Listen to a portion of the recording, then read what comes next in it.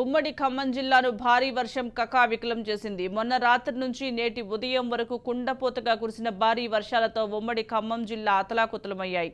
దాదాపు 18 గంటల పాటు ఏకధాటిగా కురిసిన భారీ వర్షాలతో జనజీవనం అస్తవ్యస్తంగా మారింది.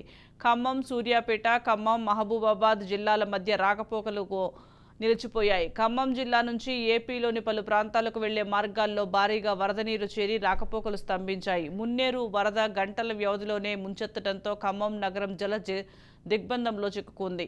పలు రైళ్లు రాకపోకలను కూడా రద్దు చేశారు. జిల్లా వ్యాప్తంగా వరదల్లో చిక్కుకొని 4 మృత్యువాత పడ్డారు.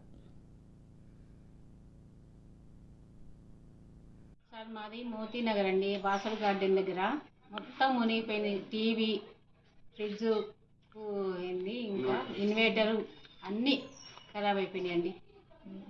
మొత్తం 3 లక్షలకు లాస్కొచ్చింది. మొత్తం ఇల్లంతా ఆగమాగం అడిగడిపోయింది. ప్రభుత్వం తరఫున మాకేమైనా సహాయం చేయాలండి. మాకు చిన్న వయసులోనే మాకు ఇంత అన్యాయం జరిగిందండి. ఆదుకోవాలని చూస్తున్నామండి. దయచేసి మీరు ఆదుకుంటున్నారని మేము అనుకుంటున్నాం. మాకు ఈ చిన్న వయసులోనే మాకు ఇన్ని కష్టాలు మా వల్ల కాదండి భరించడం. దయచేసి మీరే మాకు న్యాయం చేయాలని కోరుకుంటున్నామండి. గత 25 సంవత్సరాల నుంచి వర్షాలు వచ్చినప్పుడల్లా ఇదే పరిస్థితి అవుతుందండి. ఎన్నిసార్లు కూడా మరి మేము ఎంఆర్ఓ ఆఫీసులో కానీ, ఎండిఓ ఆఫీసులో కానీ, మున్సిపాలిటీలో కానీ, మున్సిపల్ ఆఫీసులో కానీ చెప్పినా కానీ స్పందించట్లేదు. వరదలు వచ్చినప్పుడల్లా ఇవన్నీ కూడా కూలిపోవటం, చెట్లని, ఈ వాగులో ఉన్న చెట్లు గతంలో పట్టణ ప్రగతి పెట్టినప్పుడు కూడా చెప్పినాం మున్సిపాలిటీలో. మరి ఆ మున్సిపాలిటీ అధికారులు కూడా స్పందించట్లేదు. వాగులో ఉన్న చెట్లు కానీ ఏమి కూడా తీసేటువంటి పరిస్థితి లేదు. ప్రభుత్వాలు అయితే మారుతున్నాయి, అధికారులు మారుతున్నారు, నాయకులు మారుతున్నారు తప్ప కాలనీ పరిస్థితి ఎప్పుడు ఉన్నటువంటి పరిస్థితి ఉంది. డ్రైనేజీలు లేవు, కరెంటు స్తంభాలు, ఇంకా కొన్ని బజార్లలో కరెంటు స్తంభాలు సరిగా లేవు. ఇంకా వరదలు వచ్చినప్పుడల్లా కూడా ఇళ్లలోకి వచ్చి మళ్ళీ అవన్నీ సరి చేసుకోవాలంటే 4 రోజులు టైం పడుతుంది. వాటికి కూడా నష్టపరిహారాలు కూడా ఏమి ఇవ్వట్లేదు అధికారులు. ఎవరు కూడా పట్టించుకోవట్లేదు. మన వరదలు వచ్చినప్పుడు ఒక రోజు మాత్రం తీసుకెళ్లారు, మళ్ళీ వెంబడినే నామకే వాస్తిగా మళ్ళీ తిరిగి పంపించారు.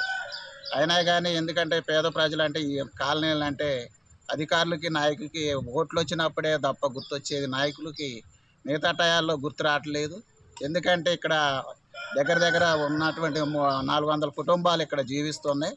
400 కుటుంబాలు ఓట్లయితే అవసరం, కానీ మిగతా అయితే మాత్రం వాళ్ళకి ఏమీ కూడా స్పందన లేదు. గత 15 సంవత్సరాల నుంచి ఇంద్రమ్మ కాలనీలో నివసిస్తున్నా కానీ ఇక్కడ ఓటు టైం తప్ప మమ్మల్ని ఎప్పుడు పట్టించుకున్నా లేదు. గత 3 రోజుల నుంచి కురుస్తున్న వర్షాలకి నానా అవస్థ పడుతున్నాం. రోగాలతో, జ్వరాలతో నానా ఇబ్బంది పడుతున్నా. ఈ రోజు వరకు మున్సిపాలిటీ నుంచి కానీ, ఎమ్మెల్యే గారు ఈ రోజు వచ్చి చూశారు, కానీ వాగుల్లో ఈ ఆడికి 40 కుటుంబాలు నానా అవస్థ పడుతున్నా. ఈ రోజు వరకు పట్టించుకునే నాదుడే లేకపోయింది. మాకు ఎలాంటి వ్యవస్థ లేవు. ఇల్లు కట్టించుకోవడానికి ఉన్నా కానీ ఈ రోజు వరకు ఇంద్రమ్మ ఇల్లు కానీ, ఎలాంటి ఇల్లు కానీ, సౌకర్యాలు కానీ ఎలాంటి ఏర్పాటు చేయలేదు. కరెంటు లేక 3 రోజుల నుంచి నానా అవస్థ పడుతున్నాం. తిండి కానీ ఎలాంటివి లేవు. ఎలాంటివి కానీ మమ్మల్ని పట్టించుకోవడానికి కానీ ఆస్తి లేకుండా మమ్మల్ని ఇబ్బంది పెట్టి నానా ఉన్నారు. ఎక్కడి వచ్చి వరదలు వచ్చినాడల్లా మాకు ఇదే పరిస్థితే. కరెంటు కూడా లేకుండా చేశారు. మరి ఎట్టుంటాం? ఈ రోడ్లు ఎంత డౌన్ పోతారా? ఎక్కడన్నా డౌన్ ప్రాంతానికి రోడ్లు ఎక్కువ వేయాలిగా. అదే వచ్చారు, మెయిన్ రోడ్డు నొస్తున్నారు, నీళ్లు ఉండగా 4 సెల్ఫీలు దిగుతున్నారు, పోతున్నారు, వచ్చి ప్రారంభించారని. అంతేగాని సెల్ఫీల కోసమే వస్తున్నారు, మా బాగు కోసం రావటం లేదు. మా కాలనీ వాళ్ళని బాగు చేయడానికి ఎవరు వస్తున్నారు, నీళ్లలో నుంచుంటున్నారు, 4 సెల్ఫీలు దిగుతున్నారు, వరద ఏడు వరకు వస్తుంది అంటున్నారు, పోతున్నారు. మరి దీని సమస్య పరిష్కారం ఏంది? మా సమస్యకి ఈ రోడ్డు అన్న ఎత్తుపోతే కొంచెం ఎత్తెక్కకుండా ఉండేగా, ఎటే డౌన్ పోసారు, వాటం చేశారు, మొత్తం కొట్టకపోతున్నాయి, పోసుకున్న మట్లు కూడా లేకుండా. మరి అప్పుడు బట్టి గారు ఏమన్నాడు, ఆనకట్ట కట్టిస్తా అన్నాడు. ఆనకట్ట కాకుంటే కొద్దిగా లోతన్న దవ్విచ్చా, లోతు మట్టి అన్న ఆనకట్టలాగా పోసారా? అది లేదు. ఆ మోరీ కాడ నుంచి మోరీ వరకు పోయొచ్చుగా. అసలుంటప్పుడు ఈ డౌన్లో ఇండ్ల ప్లాట్లు ఇవ్వకూడదు. వీళ్ళు ఏడపోతే మళ్ళీ వాళ్ళే కట్టుకొని ఉంటారని ఇచ్చారా? అప్పులు సప్పులు చేసి కట్టుకున్నాం. మెయిన్ లైన్ ఇంటి మీద పెట్టారు, ఎన్నేళ్ళైనా తీయలేదు. 3 ఏళ్ళు అట్టున్నాం. ఆ మెయిన్ లైన్ తీయట్లేరు. ఇంటికి స్లాబ్ రేకులు కోతులు దూకి కారుతున్నాయి, గిన్నెలు పెట్టుకొని ఉంటున్నాం. ఆ లైన్ తీస్తే మా చేతనైన మట్టికి స్లాబ్ పోసుకున్నాంగా. ఇంద్రమ్మ బిల్లు కూడా ఇవ్వలేదు, స్లాబ్ పోయలేదు అని.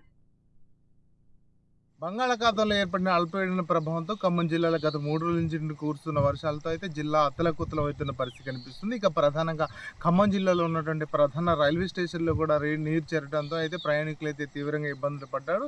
ఇప్పటికే ఏదైతే సికింద్రాబాద్ నుంచి అటు విజయవాడ వెళ్ళవలసినటువంటి పలు రైళ్లను కూడా రద్దు చేసిన పరిస్థితి కనిపిస్తుంది. ఇక ఏదైతే కే సముద్రం వద్ద పూర్తిగా ఏదైతే రైల్వే ట్రాక్ కొట్టుకుని పోవడంతో అయితే అధికారులు అప్రమత్తమయ్యారు. ఇప్పటికే రైల్వే సిబ్బంది కూడా ప్రత్యేకంగా మరమ్మతులు చేస్తున్న పరిస్థితి కనిపిస్తుంది. ఇక మధిర ఏదైతే అటు విజయవాడ వెళ్ళవలసినటువంటి సింహాద్రి ఎక్స్ప్రెస్ అదే విధంగా ఏదైతే పద్మావతి ఎక్స్ప్రెస్ కూడా ఆగిపోవడంతో వారందరికీ కూడా అక్కడ స్థానికులైతే అంటే సహాయక చర్యలు కూడా అందిస్తున్న పరిస్థితి కనిపిస్తుంది. వారందరికీ ఆహారాలు అదేవిధంగా వాటర్ బాటిల్స్ బిస్కెట్స్ కూడా అందిస్తున్న పరిస్థితి అయితే కనిపిస్తుంది. ఇక ఇప్పుడు మొత్తం కూడా ఖమ్మం జిల్లా వ్యాప్తంగా కూడా గత 2 రోజుల నుంచి అంటే 3 రోజుల నుంచి కురుస్తున్నటువంటి వర్షాలతో భారీగా అంటే జలాశయాలు అయితే నిండుకున్న పరిస్థితి కనిపిస్తుంది. ఇటు ఏదైతే విద్యుత్ వ్యవస్థ కూడా పూర్తిగా ధ్వంసమైన పరిస్థితి కనిపిస్తుంది. ఏమంటే ఇక్కడ ఉన్నటువంటి అంటే డిప్యూటీ సీఎం బట్టి విక్రమార్క ప్రత్యేకంగా ఇక్కడే తిష్ట వేసి జిల్లా వ్యాప్తంగా ఉన్నటువంటి ఉండాలని చెప్పేసి అయితే అధికారులకు కూడా సూచిస్తున్న పరిస్థితి కనిపిస్తుంది. ఇక అటు రైల్వే సిబ్బంది కూడా ప్రత్యేకంగా చొరవ తీసుకుని పలు రైళ్లను కూడా రద్దు చేసిన పరిస్థితి కనిపిస్తుంది. ఇక ఇటు నుంచి వెళ్ళాల్సిన ఏదైతే సికింద్రాబాద్ నుంచి ఖమ్మం మీదుగా అయితే అటు ఏదైతే చెన్నైకి కానీ అదేవిధంగా విజయవాడకు వెళ్ళవలసినటువంటి పలు రైళ్లను కూడా రద్దు చేశారు. వాటన్నిటిని కూడా త్వరలోనే పునరుద్ధరిస్తామని చెప్పేసి అయితే అధికారులు చెప్తున్నప్పటికీ ఇప్పటికే ప్రయాణికులు మాత్రం తీవ్ర ఇబ్బందులకు పడుతున్నారు. వారంతా కూడా అటు వెళ్ళలేక ఇటు వెనక్కి వెళ్ళలేక మధ్యలో ఆగిపోవడంతో వారందరినీ కూడా అటు అంటే రైల్వే సిబ్బంది కూడా ప్రత్యేకంగా వారికి సౌకర్యాలు అయితే కల్పిస్తున్నారు. ఇక స్థానికులు లయన్స్ క్లబ్ మెంబర్స్ కూడా ప్రత్యేకంగా ఆహార పదార్థాలు తినుబండారాలు అదేవిధంగా వాటర్ బాటిల్స్ కూడా అందిస్తున్నారు. వారందరికీ కూడా సహాయక చర్యలు అయితే అందిస్తున్న పరిస్థితి కనిపిస్తుంది. దాదాపుగా ఖమ్మం జిల్లాలో దాదాపుగా 2000 మంది ప్రయాణికులు కూడా నిలిచిపోయిన పరిస్థితి కనిపిస్తుంది. ఇక ఖమ్మం జిల్లాలో ఉన్నటువంటి వరద తీవ్రతను అంచనా వేసేందుకు అటు ఇప్పటికే సీఎం రేవంత్ రెడ్డి కూడా ప్రత్యేకంగా సమీక్ష సమావేశాన్ని నిర్వహించారు. త్వరలోనే అంటే సాయంత్రం 4 గంటలకు జిల్లా పర్యటనకు కూడా సీఎం రేవంత్ రెడ్డి రానున్న నేపథ్యంలో అధికారులు మాత్రం ఇప్పటికే ఏర్పాట్లు కూడా చేస్తున్న పరిస్థితి కనిపిస్తుంది. ప్రధానంగా ఖమ్మం జిల్లాలో ఉన్నటువంటి ఖమ్మం నగరానికి సమీపంలో ఉన్నటువంటి మున్నేరు పరివాహక ప్రాంతంలో తీవ్రంగా నష్టం వాటిల్ల నేపథ్యంలో ఆ ప్రాంతాన్ని అంతా కూడా పరిశీలించేందుకైతే అధికారులు అప్రమత్తమయ్యారు. ఇప్పటికే ఖమ్మం జిల్లా వ్యాప్తంగా దాదాపుగా 12 మంది గల్లంత అవుతే అందులో దాదాపుగా ఇప్పటికే 4 కూడా చనిపోయిన పరిస్థితి కనిపిస్తుంది. వారందరి మృతదేహాలను కూడా ఇప్పటికే వెలికి తీసిన పరిస్థితి కనిపిస్తుంది. ఇప్పటికే పాలేరు నియోజకవర్గంలో ఒక కుటుంబానికి సంబంధించిన వారు మొత్తం కూడా గల్లంతు కావడంతో ఒక బాబును మాత్రం రక్షించారు. భార్య అతని భర్త ఇద్దరు కూడా ఆ వరద ప్రవాహంలో కొట్టుకుపోయిన పరిస్థితి కనిపిస్తుంది. ఇక నాగార్జున సాగర్ ఎడమ కాలువకు దాదాపుగా 2 చోట్ల గండి పడడంతో అటు సమీప ప్రాంతాల్లో ఉన్నటువంటి లోతట్టు ప్రాంతాల్లో ఉన్నటువంటి తండాలను అదేవిధంగా గ్రామాలను కూడా ఖాళీ చేస్తున్న పరిస్థితి కనిపిస్తుంది. ఇక ఏదైతే గత 2 రోజుల నుంచి మేము అటు రాజీవ్ గృహకల్పంలో చిక్కుకున్న వారందరికీ కూడా సహాయం అందించట్లేదని చెప్పేసి అయితే వారంతా రోడ్డెక్కిన పరిస్థితి కనిపిస్తుంది. ఇప్పటికే పొంగులేటి శ్రీనివాస్ రెడ్డి కావచ్చు, తుమ్మల నాగేశ్వరరావు అదేవిధంగా బట్టి విక్రమార్క పర్యటన చేస్తున్నప్పటికీ పూర్తి స్థాయిలో మాకు సహాయం అందించట్లేదని చెప్పేసి అయితే బాధితులు ఆందోళనకు దిగుతున్నారు. ప్రధానంగా ఏదైతే రాజీవ్ గృహకల్పలో కావచ్చు ఏదైతే బొక్కలగడ్డలో ఉన్నటువంటి వారంతా కూడా తీవ్రంగా ఇబ్బందులు పడుతున్నారు. తమకు కనీస సహాయం అందించాలి, తాగునీటి అందించాలి, అదేవిధంగా పునరావాస కేంద్రాల్లో కూడా సరైన సౌకర్యాలు కల్పించట్లేదని చెప్పేసి అయితే వారు ఆవేదన వ్యక్తం చేస్తున్న పరిస్థితి జిల్లాలో కనిపిస్తుంది. ఇక వారందరికీ కూడా తక్షణ సాయం అందించాలని చెప్పేసి చెప్తున్నప్పటికీ అటు మంత్రులు కూడా కనీసం ఓట్ల సమయంలో మాత్రం మా దగ్గరికి వస్తారు, కనీసం ఇటువంటి విపత్తు వచ్చినప్పుడు మమ్మల్ని ఆదుకోనే వారు లేరా అని చెప్పేసి అయితే వారు ఆర్తనాదాలు చేస్తున్న పరిస్థితి కనిపిస్తుంది. ఇక ప్రధానంగా ఇప్పుడు సీఎం రేవంత్ రెడ్డి పర్యటన నేపథ్యంలో బాధితులంతా తమకు ఏదైనా పరిహారం అందుతుందా అనే ఆశతోనైతే ఎదురు చూస్తున్న పరిస్థితి కనిపిస్తుంది. వారందరికీ కూడా ఇప్పటికే ఏదైతే ఆ పునరావాస కేంద్రాలకు తరలించిన వారందరికీ కూడా అటు స్వచ్ఛంద సేవా సంస్థలు స్థానిక నాయకులు కూడా ప్రత్యేకంగా ఆహార పదార్థాలు తాగునీటిని అయితే అందిస్తున్న పరిస్థితి జిల్లాలో కనిపిస్తుంది. అధికార యంత్రాంగం కూడా పూర్తిగా అప్రమత్తమైన పరిస్థితి జిల్లాలో కనిపిస్తుంది.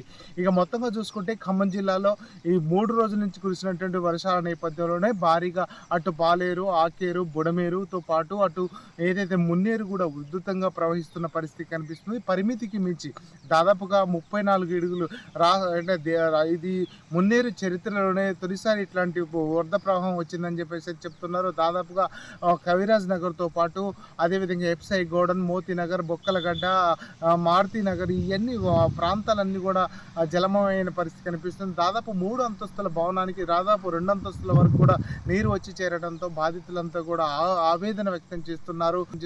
కనీసం బట్టలు కూడా లేని పరిస్థితి అయితే ఇబ్బందులు పడుతున్న పరిస్థితి అయితే ఉందని చెప్పేసి అయితే వారంతా ఆవేదన వ్యక్తం చేస్తున్నారు.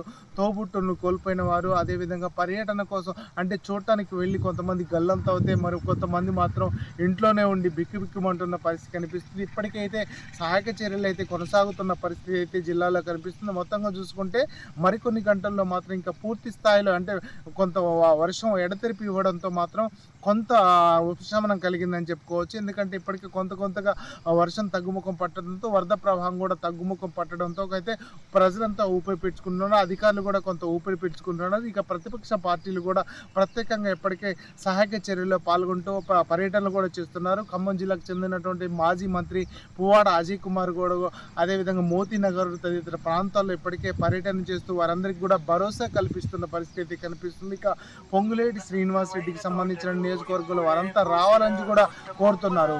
ఇది ఇక్కడ తాజా పరిస్థితి. కెమెరా పర్సన్ నరసింహరావుతో ఉపేందర్, రాజ్ న్యూస్, ఖమ్మం.